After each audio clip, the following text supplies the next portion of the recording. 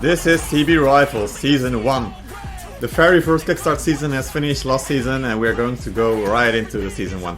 We've got 3 divisions, 23 teams and over 450 players divided on all those teams.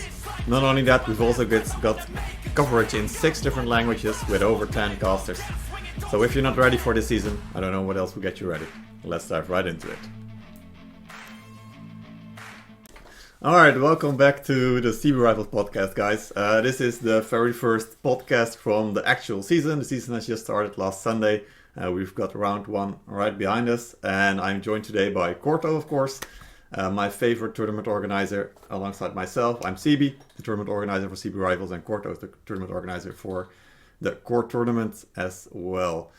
With me today I've also got EliastheVeggi, team captain from BlameElias, third place finisher from last season for the Kickstart season, and they're off to a pretty good start this season as well. I would say we'll talk to him about himself, the team, the biggest meme of the CB Rivals as well, being BlameElias, and lots more, of course. But before we start with all that, Corto, how was your off season? Did you enjoy the preparations for the tournament?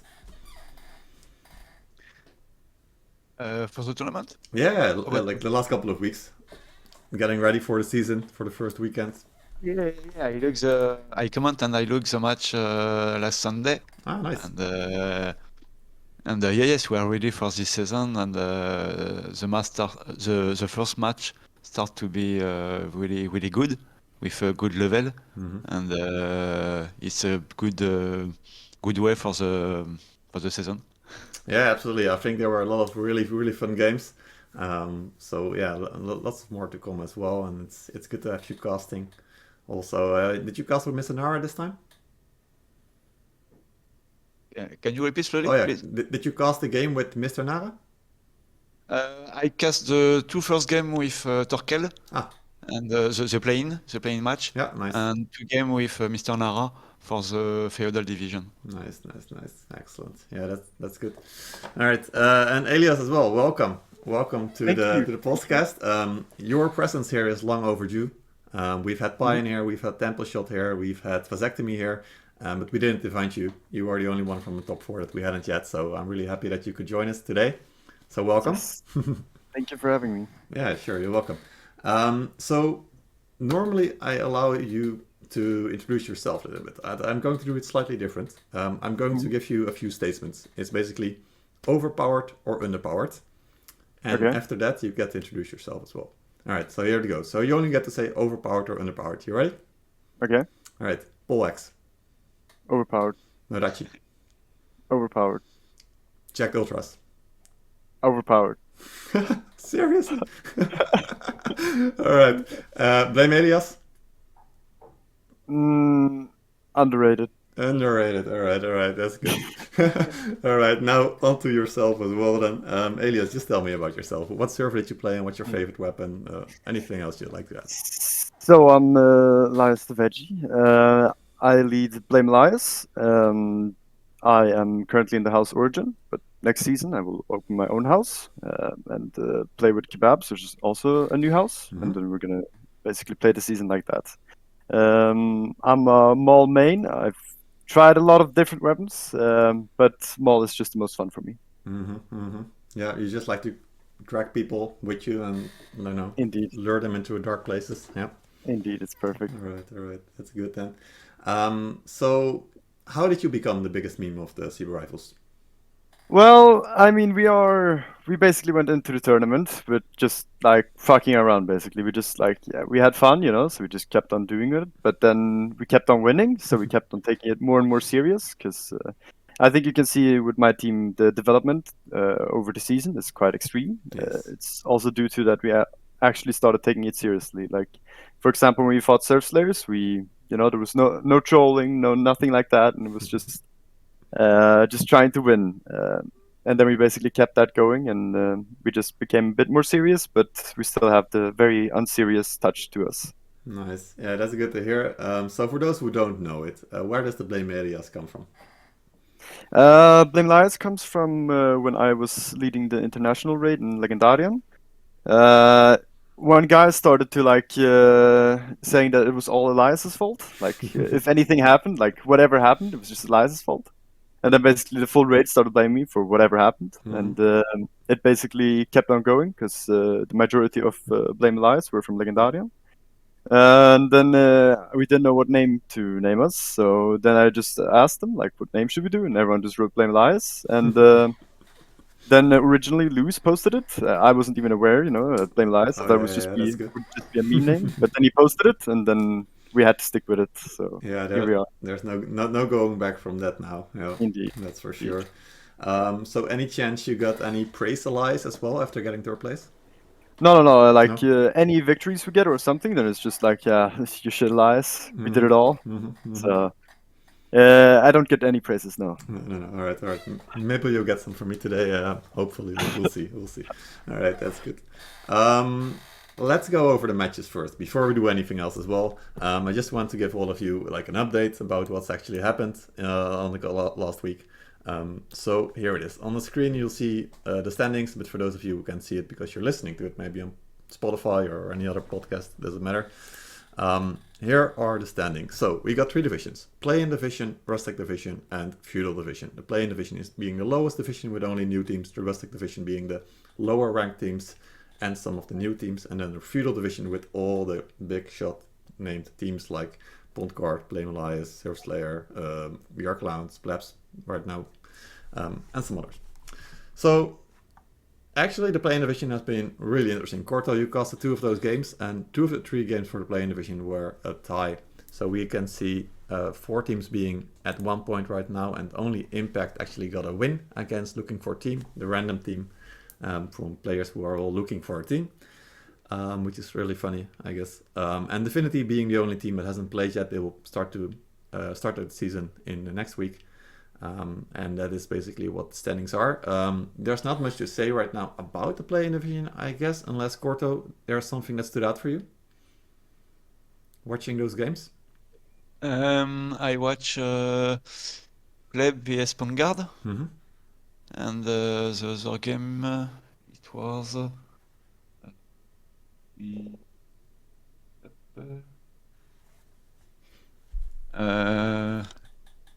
no, c'était Surfslayer vs Vanguard. And that's the Feudal, right? Vs Jack Ultra. Nice. And did you watch any of the Playinn as well? Yes. Which one did you see from the Playinn division? I think I don't understand. Did you see any of the games from the Playinn division, like Impact, Blood, Argonautas, Paella? I see Wayblood vs Crypta, and Argonaut vs Paella. Yeah. Paella. Yeah, those were both ties, right? Like what? Yes. What were those games like? Yeah. But I very like what I see on the Crypta team, Crypta team. They show a very good game and good play. They are very compact. They play in group, and it was very interesting what they do. And in attack, they after to take the C point, they go on the left just to try to kill some unit and to get the advantage.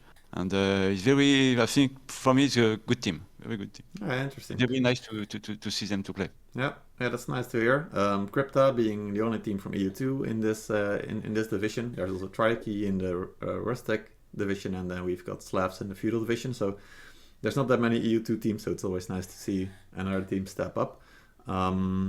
Just quickly going over the other teams, we got Wildblood. I think Elias, you know them quite well. Argonautas, a French team.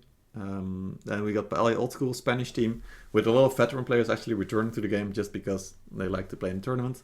Divinity, also from EU1, looking for team. Like I said, they are the random team.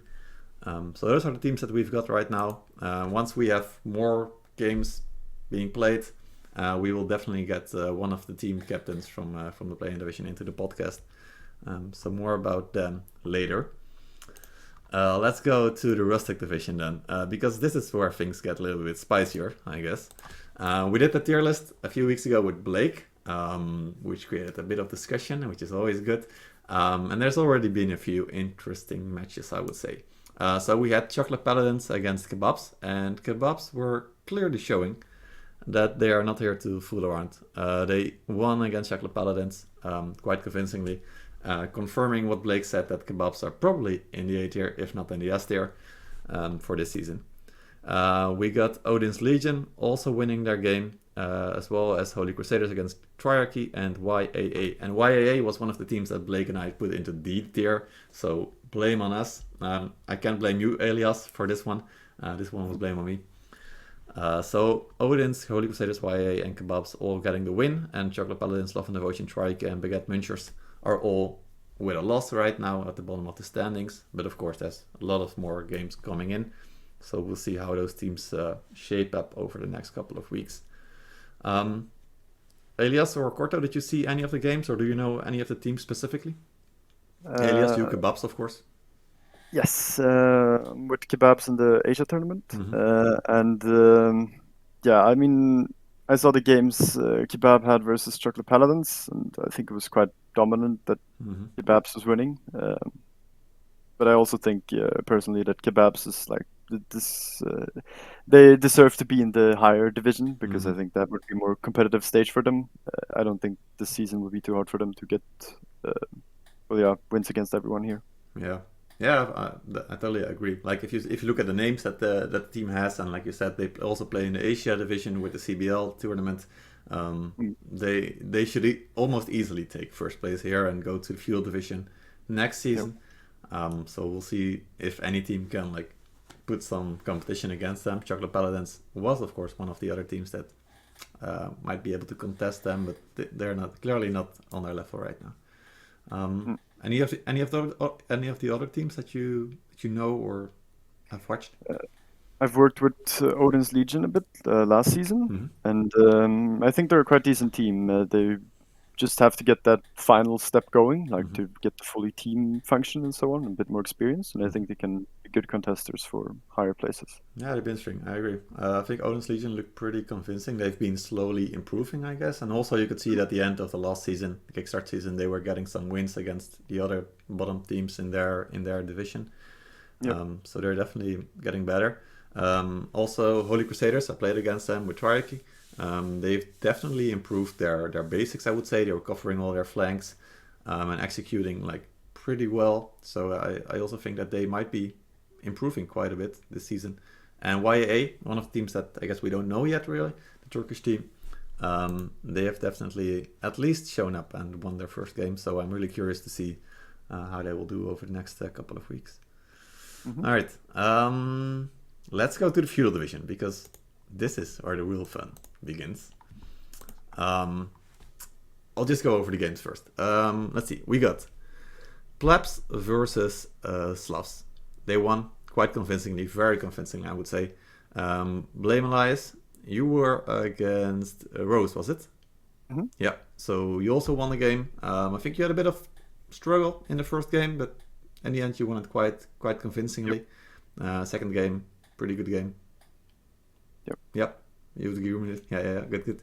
And then, this is one of the games that I really liked. No Beaches versus Jacked Ultras. For those who don't know it, Heather, who is now definitely deader, actually called out No Beaches to be D tier before the start of the season.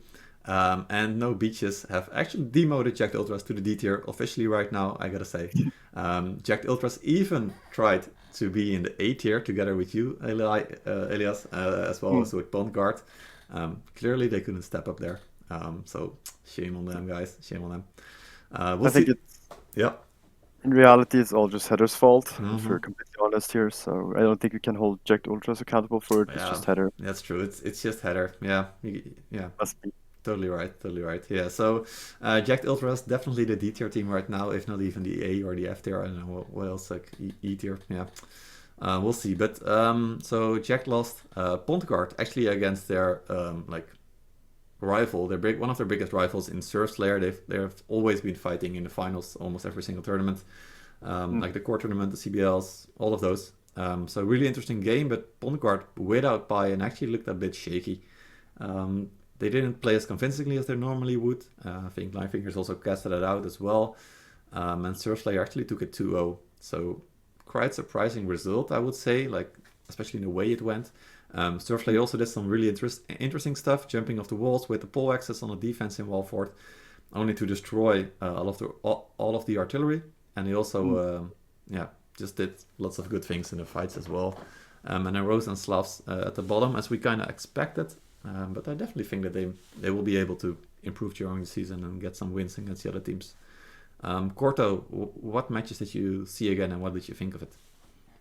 Yeah, but yes, I see the match. What you talk about Slayer and Vanguard, and yes, the defense of Slayer and the come out with the Polacks is very surprised. Yeah, it was sure. And they play very good with this because when they back, the friend opens the door to the come and it's planified, you know, it's previous.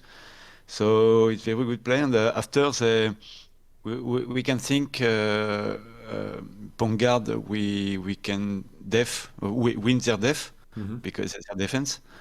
Because a lot of team, and me on the match, I see a lot of team wins their defense.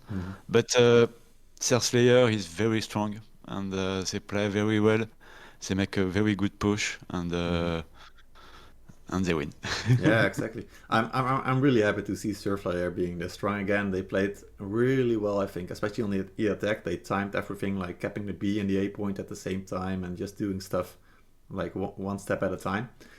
So I'm happy to see them at their level, I guess. One thing, sorry, I remember one thing I see on this match, and only on this match. At the beginning, when Surflyer are in attack, with the cannon on the right, the cannon they destroy when they are in defense, they use it to destroy the building around the supply point, the C supply point. You know, they have a lot of wood palisade, of wood wood wall around, and they destroy it in at the beginning of the game with the cannon at the start. So and they know the map and they know what they do. Yeah, exactly. They clearly know this map really well. They've played it so often on the core tournament as well, right? It's almost like what we saw with We Are Clowns during the final on the Gloire map, where they know the map so well that they will destroy certain things on the map that other teams don't even know about, right? Yeah, it's pretty cool. Elias, any match from you that stood out aside from your own match, which you can freely talk about? I think the Surflayer versus Vanguard was, of course, the most interesting one because that was the most you couldn't really know who would win. Yeah. But what I think that was interesting about that was that they actually went to save the breach by destroying the artillery, where we actually had more of a different approach where we wanted them to shoot if they shoot the breach low, we have one guy running out to then destroy the breach, to ruin their plans of eventually going B or something, that style. But I think that was the most interesting game. It looked very calm and collected by Surflayer versus Vanguard, but yeah, that's about it. Yeah, good analysis. Like you said, I think Vanguard Surflayer definitely was the most interesting match. I guess No Beaches and Jack the Ultras as well then. Corto, did you watch the No Beaches game as well? Normally yes, but I don't remember if I see something specially, you know, if from it. I have no remember of this match. Sorry.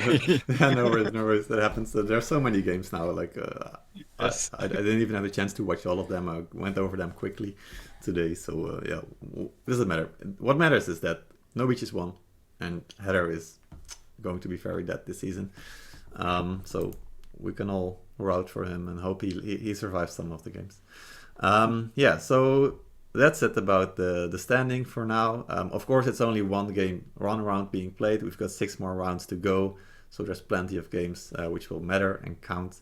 The season will actually end after 7 rounds, so there will be no finals or anything like that. It will just be 7 rounds, and then we will have a winner, and we get to go to the next season as well, where we will hopefully have 10 teams in every division with 9 rounds being played, and that will be even more fun. So that's basically it for this season. So we'll talk later in the podcast about the games for the upcoming weekend, because I've also got predictions in a Discord channel that we can go over to see what most of you think about the games that will be played. But before we do all of that, Elias, I want to go back to your team and also what you think of the game. you said that your team has improved a lot over the last season, right? And I think everybody could see it. Like you reverse swept Eden in the third place final, which was very, very nice to see and very cool. Yep. And one of the things that also stood out is when I did the podcast with Super Kitovic that your team basically got every top 10 stat covered, like most kills, most assists, most unit kills, all of those stats were in the favor of your team, and it shows how aggressive your team is. Where does that come from, do you think? Well, it basically comes from that. If we get, for example, like it basically comes from the scrims. You know, we do like a standard, basically defense to, for example, to just see, you know, test the map and see what's good and so on and so on. And then at the end, we usually notice, for example, at like against Eden on Reginopolis, we notice that if we push C slow or something, then we will just get harassed because they have a lot of range. And how do you counter ranged? By just being aggressive and just pushing through. And we basically had this point of view for like the majority of the season. Whenever we had a chance to push, we would take it, and then could go either ways. But yeah. Yeah, that makes sense, I guess. Oh, hang on there.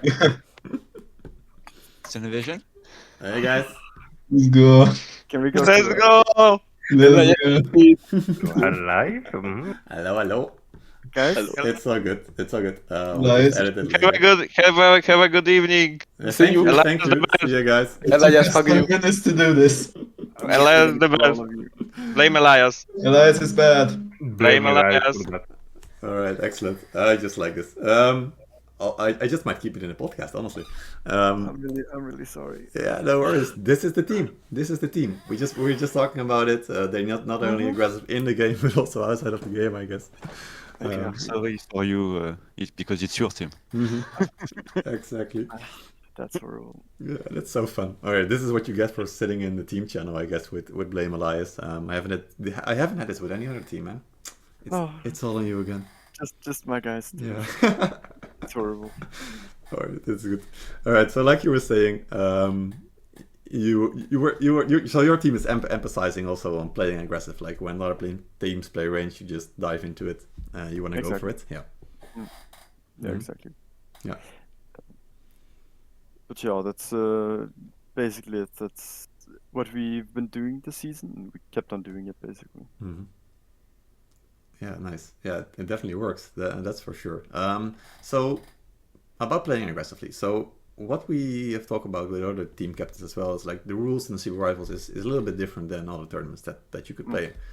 For one, we don't have the 3 life limit on most maps unless there is a map that is not available in a custom lobby, like in the way we want it to be. Then we are forced to play on CBL rules. So how do you think it would change for you if we had the 3 life rule in the tournament? We would definitely take a different approach. I mean, we also did this in whenever it was the CBL rules. We always played it a bit more safe, and then we just based our strats basically on our ranged. But well, yeah, it's hard to say because we play every map differently. In some maps we also play just super defensive, where we just do a setup and let the enemies push into us. We basically play it all differently, but with the 3 lives, it's we usually have that if you're out of units, you know, on like the rivals thing, you know, then people usually don't run back to supply. They usually try to get special units and so on.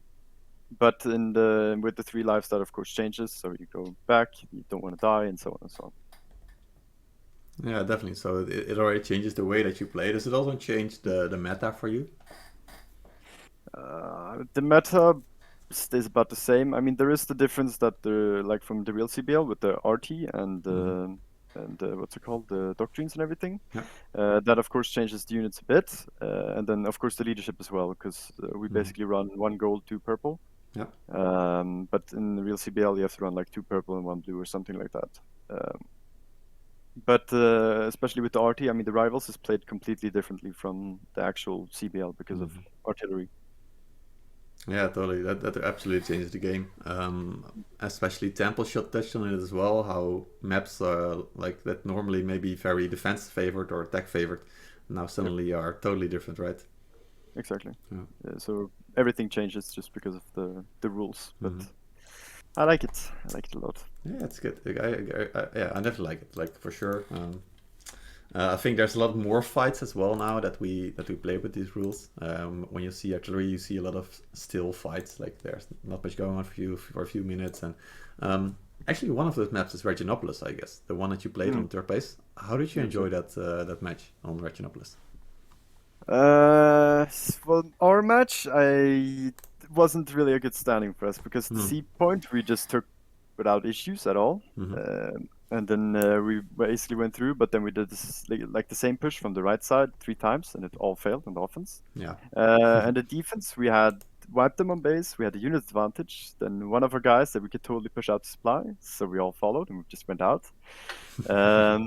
And that was basically the biggest mistake we did. And then we got punished for it by Eden. And then we both had 0 units. We had short swords, they had pole axes, and we all got blobbed up in one little blob on point, and all the pole axes just killed us and never let us move. Yeah, and that was that, I guess. Yeah. Indeed. Yeah, like for those who haven't watched it, rewatch those games because that was one of the most entertaining 2 games from Reginopolis you'll ever see, probably. It went to the deathmatch on the first game, right? And then the second game, you did the same attack 3 times. But on the second game where you attacked in against Eden, you did a really fun thing, going around with all the heroes and then jumping down. Yeah, exactly. Was that something that was pre-planned, or was it just something that came up? I mean, I did change it the last hour, but I was like, because it's become like a thing to suicide when you have unlimited lives. Yep.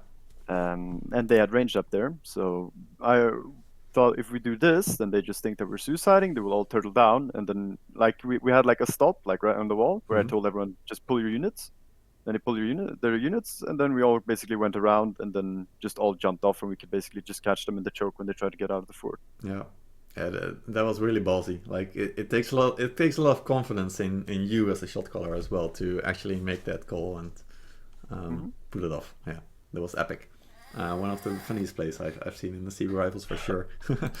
All right, so we played on Wallfort last week. We're going to play on Kurak Castle next week. One of the maps that we also played last season. What do you think about the map? Without giving away too much of your strategy, of course. No, I really like the map. Like in Sieges, I think it's my favorite Siege map. In tournaments, it's also very interesting, for sure, because there's many different ways you can hold it. And yeah, last time we fought Surf Slayers on the same map, then we won 2-0. So I guess we're just trying to keep it the same way. And, yeah. Yeah, that makes sense. You said there's many places you can defend the map on. The place that I've seen right now is basically like holding A and rotating a little bit to the B, or you just hard defend the final camp. Do you think there's more than those 2 places now? I mean, there is, but basically, you can do so many different things because you can even hold like the downstairs, but then of course if they go all the way to B, but then you can catch it in time if you're like good at reading the game. So you can basically just hold it like you hold what is the map? Harbor City, I think. Yeah. Yeah, like, where you hold it right behind the stairs. Yeah. Yeah, exactly. There's been teams that been trying to hold the supplies just because you can have like so many different angles of attack. Yeah.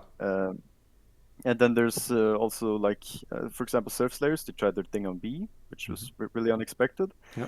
I remember sending my guys just go cap B, and then we get ready for base. But then they were like, they're defending here, and we're like, okay.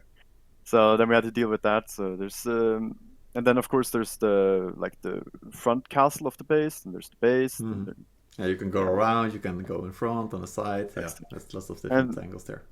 Of course, the sally out. Yes, the sally out. The one that Lamaland once did with Berserkers jumping off the wall. I guess that's kind of in your style as well. Yeah. Yeah, so definitely an interesting match. One that we got to look forward to for this weekend. So, do you want to go over the matches for this Sunday? Is that something that we should do? Yeah, sure. Yeah, sure. Corto, anything else you want to say or talk about before we go into the matches for this Sunday? No. You tell. I think on this map the sellout is not it's not a very good idea. Because you have only one door and it's previous to. It's easy to counter, but But yes, and I hope we can see some defense on A point and not all match, all one back on the last point because okay, we know it's an easy point to defend, but some fight is good. Yeah, exactly, totally. And like Elias said, I think there are so many points in the city that you can defend. It's really interesting. I think also on Harbor City last season, we also saw a lot of invention in defending the city. I think, and that's something that I really like. It's really good. Yeah. Maybe this is something I can talk to you about, Elias. Like, so without the artillery, I feel like teams are actually exploring more ways to defend a city. And Yeah, also exactly. because you get to fight with 15 players and not like in your normal siege, you have to defend the point because everybody will just run off somewhere else if you don't defend the point. Exactly. So what is important about like deciding where you want to defend, in your opinion? I mean, where you defend is basically you just look where you can't be tread, basically, and then you have like a ground on where you can actually defend, and then you also have to think, of course, of where the enemy will go, and what points they actually have to go through. But yeah, so you basically have to be. You can have like 3 different options where you defend, but you just rotate between them. As long as you try to always fight where you can't get trapped, and so on, then that's basically where it decides and can verify from every map, basically. Yeah, so you don't want to get trapped, that's one thing. And then like you said, you also want to take into consideration how can the enemy approach you as the attacker so you don't get flanked too easily, I guess. Yeah, exactly. Oh yeah, and then of course the choke points, because the more choke points you have, the better. Yeah, totally. So about choke points, one of the good games that we as Strikey had was actually against you on Dasuo Fort, if you remember that one. Where we actually defended the choke on the B supply on top of the wall, forcing you to go to the C point. Is that one of those places that you mentioned? We were gonna leave that side completely and just go to C instantly. I remember I had to stop and then I had to start screaming because people were still there, just like, but guys, we could totally kill this. But then I had to explain that if you're there, then you can't be on C, so you have to move very fast, you know. And then they finally came, and then we could move on, and then we still got wiped in the push, though. That was actually very good. Yeah, that was very surprising for me as well, but yeah, really good. We destroyed you in one attack, and then we got wiped, but that's okay. We got the one. Yeah. All right, that's all good then. All right, so for those who want to defend a city, make sure to not get trapped. And if you do get trapped, just do it better. And then make sure to not get flanked. That's also one of the other things, I guess. So then, if we go to the opposite, what's important about attacking a map? Attacking a map, you basically have to see where you can, like, if you can out-rotate the defenders, that's perfect. Or if you can force them into, or you can trap them, or if you just can fully brute force them by doing some crazy monkey stuff, then that's also perfect. Yeah, like you've been doing quite a few times. Yeah, exactly. You just have to play it into your favor, like take control and then execute. Yeah, exactly. That's the thing, right? Like you have to pull off some surprise or some way to make the defender go out of their position, I guess. Yeah. Exactly. Yeah. Okay. Cool. Interesting. You talk on Kurak Castle? Yep. At the beginning, an important thing is to when you are in defense, the goal is to destroy the 2 scorpion. Can shoot on the A point. The battle for the 2 scorpion is first step for the beginning of the game. Yeah, totally. Yeah, I agree. They're very annoying. Yes. Scorpios are actually surprisingly good sometimes. Yeah, and they've got insane range. Like, I'm pretty sure the AI one has more range than the normal one that you can place, right? Yeah, they have that. It's absolutely nuts how far it can shoot. So yeah, you get crazy angles with that one. Yeah, so the Scorpios are pretty good in the Kurak Castle if you can destroy them. It might be hard sometimes, so yeah, it's an interesting map for sure. All right, so let's go over the matches that we have for Sunday. The Feudal division starts at 7, of course. We got Rose versus No Beaches, 8 Jacked Ultras versus Slavs, 9 Surfslayer versus BlameElias, big game like you mentioned. And at 10 we have Plebs versus Bondguard, another really big game. It's actually the final match we had from last season, already in round 2. So that will definitely show if Bondguard is able to compete for the top place this season, or if they actually do feel the loss of Playinn not being there for the team during this season. Then for the Rustic division on Kurak Castle, we have at 7 Baguette Munchers versus Love and Devotion, Trikey versus Kebabs, going to be rough, YAA versus Holy Crusaders, 2 of the teams that won last week, and Chocolate Paladins versus Odin's Legion. Another interesting game because those 2 teams actually definitely want to go to the top 3 for the Rustic division. For the Playinn division, we got at 7 Paella Old School versus Impact Esports, and Impact being the team that had won, and Paella Old School being one of the teams that tied. Crypta versus Argonautas, and Divinity in their first game versus Wild Blood. Looking for team has a weekend off, so we will be seeing them in the next round. In terms of the expectations in the predictions on the CB Rivals Discord, if I go over the Feudal, because I think that's the division that we know most about, I'll just give you the scores, okay? So, Roads versus No Beaches, 15-44 for No Beaches. What do you think, Elias, Corto? I think just from what we've seen in the past, I think No Bitches will win. Mm-hmm. Corto?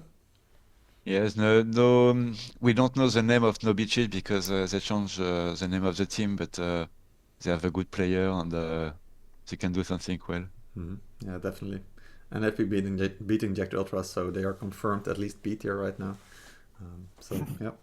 All right, then we got Jack the Ultras versus Slavs, 50-12 for the prediction right now, depending on the CB Rivals Discord. I personally really like Slavs. They're one of the teams in EU2, and I think they've been showing some very creative ways of attacking and defending, especially on Kurak Castle, actually, if you want to rewatch that game from them from last season. So what do you think about those 2 teams? I think Slavs have been improving a lot. Like we saw it last season, they were outstandingly good. But I think Jack Ultras is still like this strong, experienced team. So I think just because of experience, Jack Ultras will win this one. Okay, interesting. Corto, you?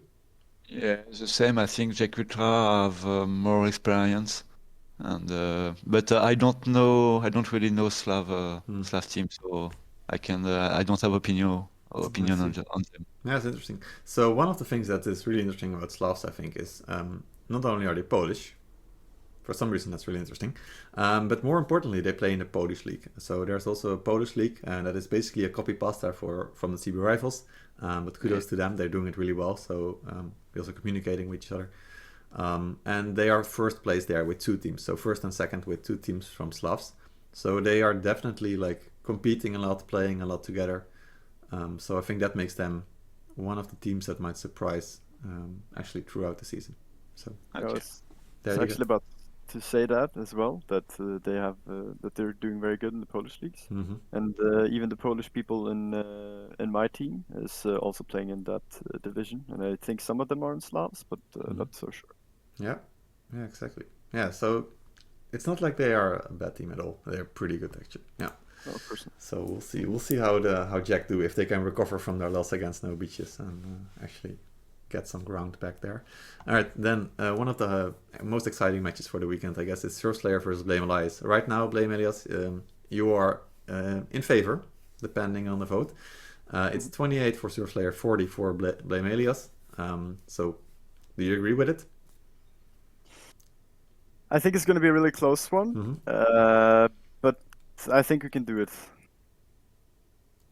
All right. I think you can do it. Doesn't sound as convincing, so you're already covering your ass, I guess, for being blamed.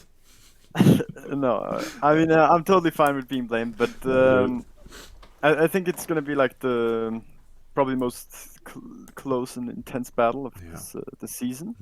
But I think we can pull off a 2-0. Nice. That's convincing. I like it. I'm definitely going to watch that game. Like it's got to be one of the best games from the weekend for sure. Corto? I think Surf Slayer win. There we go. I like it. Yeah. Are you that confident? Because like we said, Surf Slayer, they're coming from, like, they've been slowly losing more and more games over the last few tournaments. But you're confident in them now? Yes. What I see vs Pongard, and yes, I think they are here. No problem. Nice. I really hope so. I'm sorry for you, Elias, but I really hope so. All right. Oh, good. All right. And then at 10 we got Plebs versus Pond Guard, 55-5 for Pond Guard. This is surprising. That's like 90% to 10% for Plebs, the winner from last season. So I guess people have lost their confidence in Pond Guard here. Do you agree with it? I mean, I think Pond Guard is still good. Mhm. Of course, but Plebs and Kurak Castle is very dangerous. So I think that's where the predictions come from. Mm-mm. Yeah, that might be true. And is this coming from scrimming against them? Yes. Yeah. All right. I'm looking forward to it already. Yeah, that's good. Mhm. So I can also say that you are probably pretty happy that you didn't have to play Plebs on Kurak Castle then. Yes, I am. Yes. Okay. Good. So this is going to be interesting. I didn't even realize, but you played Surslayer last season on this same map as well. Mhm. Yeah, that's good. All right, nice. I'll enjoy it. Okay, good. Even better.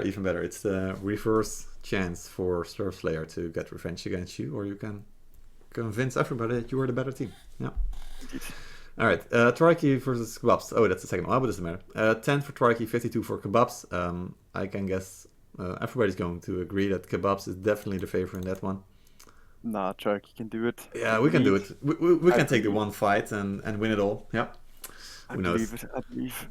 I believe as well. Trikey has been training tons more. It's good that TW is over because TWs are more important for Trikey than tournament most often. We are focusing way more on those.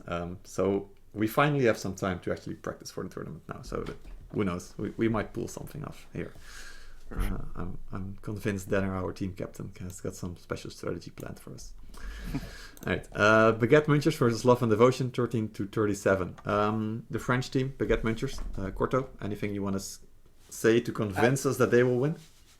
No, I don't really know the team of Rustic Division. I don't see a match yet, so I have no opinion because I don't see much. No trust for the French here. Okay, well, it's gonna be rough for them. We'll see. It might be pretty close for that match. I'm curious. Elias, do you know anything about you haven't played against Love and Devotion either, right?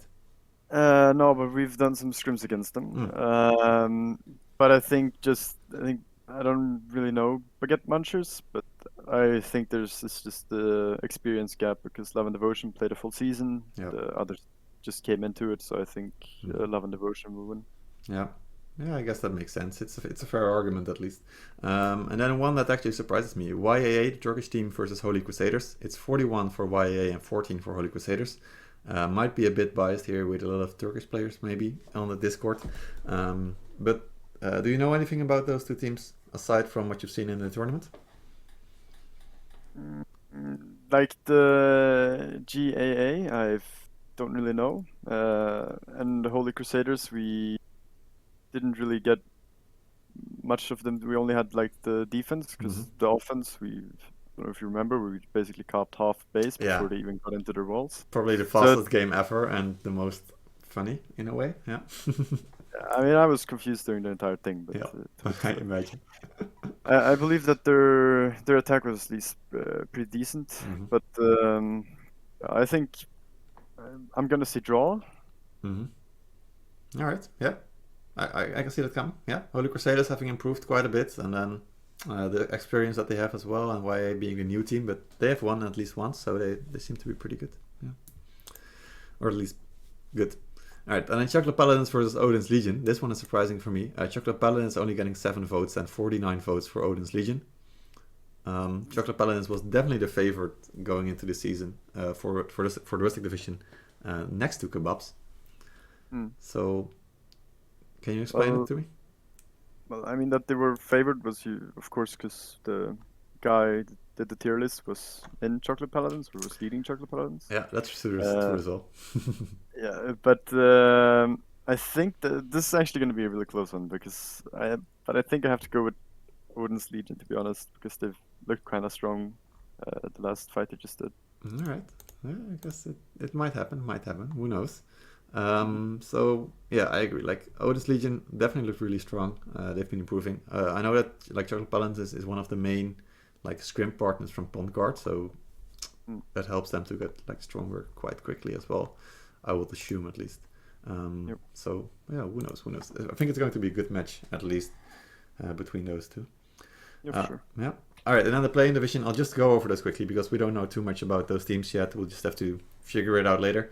Palia Old School versus Impact Esport. 21 votes for Palia, 42 for Impact. Crypta versus Argonautas. 14 for Crypta, 39 for Argonautas. And Divinity versus Wildblood. 20 for Divinity and 12 or 42 for Wildblood. Not depending on if you follow the Wildblood logo or the dog logo. So I guess Wildblood has more votes, but it might also be the memes. We'll see. Corto, just one thing, because you do know the Argonautas team, right? Yeah. Yep. Can you tell us something about that team then? Yeah, I think the match Crypta vs Argonaut will be very interesting. Argonaut knows the game and the map. They just need to apply what they produce and to stay very compact, because Crypta the last match show a very group gameplay, good group gameplay.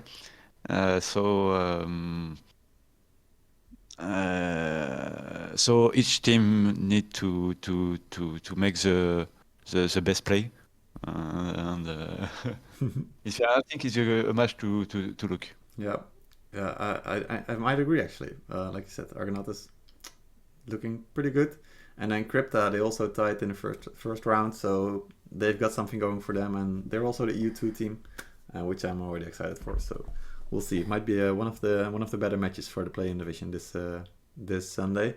Although the other two might also be really good because we don't know too much about them yet. All right, that's it. That's all the games for this Sunday.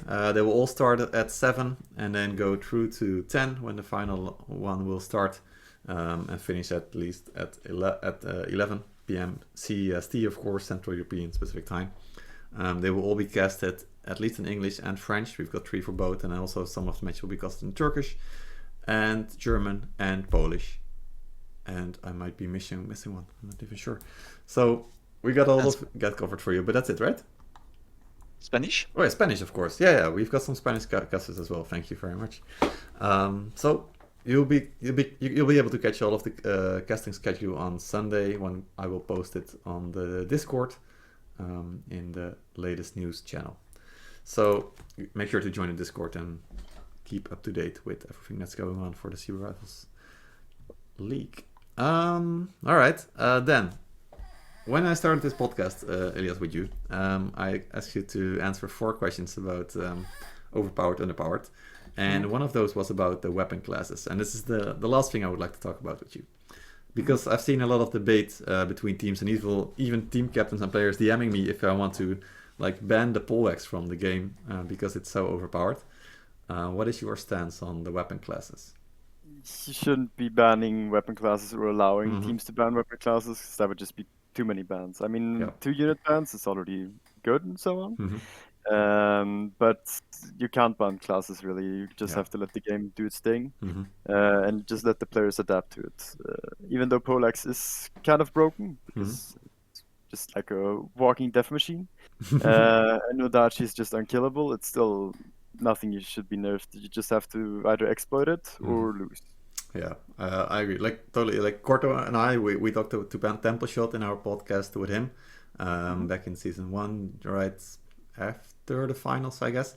No, right before the finals, we talked with Temple Shot about the weapon classes and whether or not it was an interesting idea to one day ban one of those weapons. And we agreed that it doesn't make sense because there's not that many weapon classes, and also a weapon class actually is kind of the identity of a player. Like you said, you are a mall player, right? And that's how you identify. Same like Temple Shot gave the example of Amiya, who is the dual blade player. If you take away his dual blades, what's he got left, right?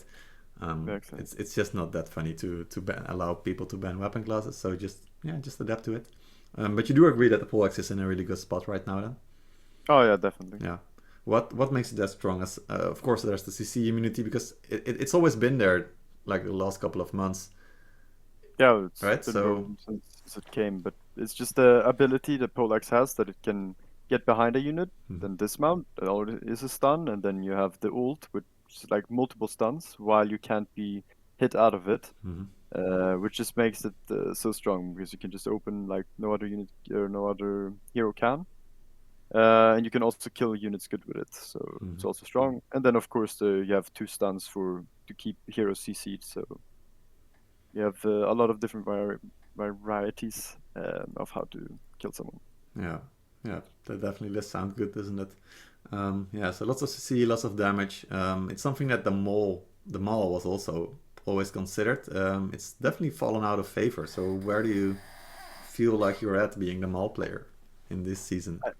I feel like it's in a bad spot. Not that it's like a bad class, but just that all the other classes that play just counter it. Like for example, muskets, they can roll away when you CC them. Then there's the pike, they can also do it. The poleaxes can just insta press ult as soon as you dismount on them, and you also just get killed. Yeah. So I think it's still a good class, but you just have to know how to play it correctly and play it very safe. But I think the survivability rate of a Maul is quite low.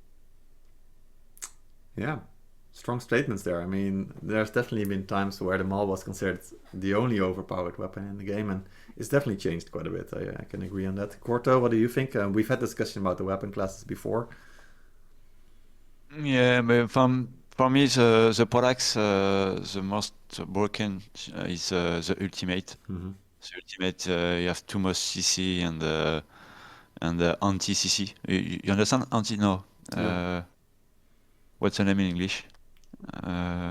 Where you can cancel the CC as well with some of the abilities, right? You can Yes, get up and fight again. Yeah. And maybe a possibility, and for all the game, is when you use a skill with a cancel CC, you have an immunity of 1 second. Because a lot of players, we don't have the same connection with the game, and some players have a latence, you have a delay, a little delay, and if you want to escape, to use the cancel control, I think a 1 second to immunity is can be nice. Yeah, I get it. Instead of like instant CC immunity, I guess, where you have to time it because No, when you use a skill with a cancel CC, you have 1 second, maybe less, but actually it's you need to have a good timing to use the cancel of CC, and with Poleaxe, when they use the ult, they have maybe 3 CC in the same skill. Yeah, true. And you can get up. So maybe if it's a possibility to because the CC in the game is very important, and it's normal, it's logical, and it must stay important. But we have the game is not quickly and instantly. What's the name? In MOBA, where you have an action at the what centième of second, 0.1 second. It's important. This game is not like this. Because you have a problem of connection, the game is slow, and so when to work on the control on the hero, I think it's a way, because the Poleaxe, have a good damage, have a lot of control, but don't have a lot of anti-control, a lot of cancel control, and they have a big cooldown on the skill. Yeah. And she's slow when he hit. So yeah, it is possible to dodge the Poleaxe because it's pretty telegraphed. You can see it coming actually quite well, but it's at the same time it's so strong and so like immune to CC that it's too hard to dodge sometimes, especially with the delay on the game that you mentioned. Yeah. All right. And about the Nodashi, actually what is OP on the Nodashi, it's I don't know the name in English. It's the region of life. Yeah, the lifesteal. Yeah, the lifesteal, but on the monstrous blade. Mm-hmm. The skill is monstrous blade. I think this one actually is OP. This skill is OP actually. Yeah. So, have both of you played the Nodachi as well? Because I've definitely tried it a lot. I haven't. No, you haven't? Oh man. Nope. Why? I guess it isn't heavy armor, right? So why would you bother? Indeed. All Isn't heavy armor. right. There you go. Yeah, you can switch from Nodachi to Maul. That's not gonna work. Yeah. Okay. Yeah. We'll have a discussion about Nodachi with someone else then. We'll have to talk about it later. All right. We'll see. So to wrap up this episode, I guess I'll let you have the final word, and then we'll close it off. Anything else you want to talk about, mention, or a special shout out? Don't really know, but I think this weekend will be very interesting, and we're gonna have a lot of great fights this season, especially because it's more structured now. Like more equal teams are fighting each other. So I think all fights overall are gonna be good, and it's gonna be a good season. Yeah, I'm looking forward to it as well. So thank you very much for joining us today. I hope to see you again at the end of the season, perhaps after getting the first place. Who knows? It just might happen. Good luck against Surslayer on this weekend. Kurak Castle is definitely going to be a very interesting match, like we talked about. So best of luck to you, and I hope that your team gets to praise you one day for winning the season. Thank you. Yes. All right. Thanks, man. Corto, anything from you before we close it down? No, it's okay. A good match for Sunday, and see you next week. Yeah, exactly. All right, guys. See you next week, and we will be back with another podcast. But before that, enjoy the Sunday's matches. It's going to be really, really fun. I hope to see you on the Discord, and if not, I hope to see you on the Twitch channel watching all the games. See you next week.